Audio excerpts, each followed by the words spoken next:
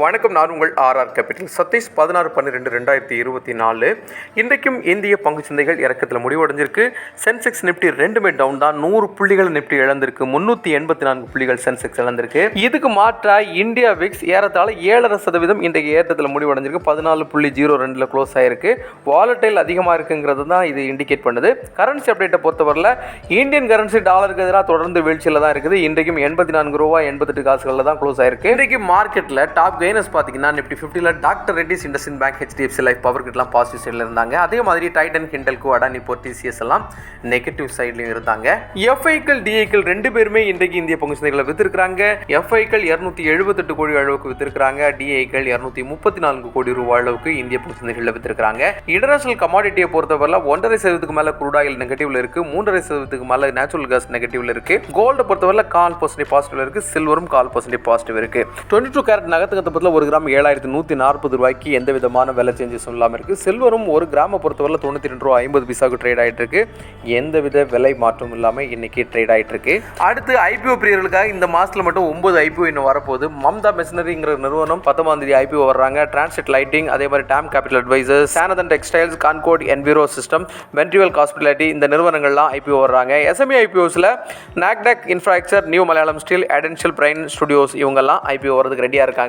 இந்த ஐபிஓக்கெல்லாம் உங்களுக்கு அப்ளை பண்ணணும் விருப்பம் இருந்துச்சுன்னா இந்த கம்பெனியோடைய டேட்டாஸை கம்ப்ளீட்டாக படித்து பார்த்து உங்களுடைய சொந்த விருப்பத்தில் இன்வெஸ்ட் பண்ணுங்கள்.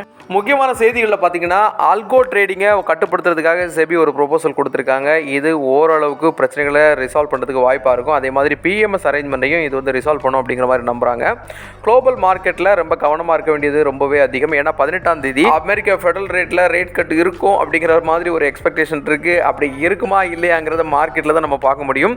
ஸோ அந்த எக்ஸ்பெக்டேஷனில் இன்டர்நேஷனலும் சரி, டொமஸ்டிக் இன்வெஸ்டர்ஸும் சரி கொஞ்சம் கேஷியஸாக இருக்கிற மாதிரி தோணுது. உணவுப் பொருட்கள் உற்பத்தியில் இந்தியாவில் ஏற்கனவே இருக்கக்கூடிய அரிசி, கோதுமை எல்லாம் இருக்கு இல்லையா, இதில் 28.2% பழம், காய்கறிகளே ஆக்கிரமிச்சிருக்கு.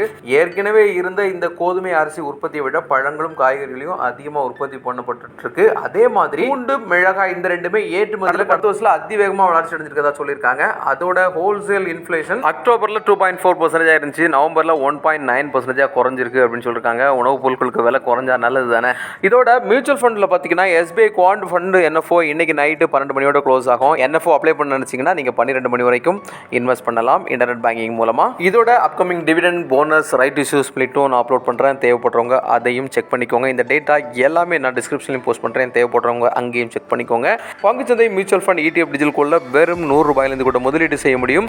இந்த மாதிரிப்பட்ட எளிய முதலீடுகள் இருக்குங்கிறது எல்லா மக்களுக்கும் போய் சேருங்கிற நோக்கத்தில் தான் இந்த செய்தி தொகுப்பு உருவாக்கப்பட்டிருக்கு. இது முழுக்க எஜுகேஷனல் பர்பஸ், நாட் ரெக்கமெண்டேஷன்.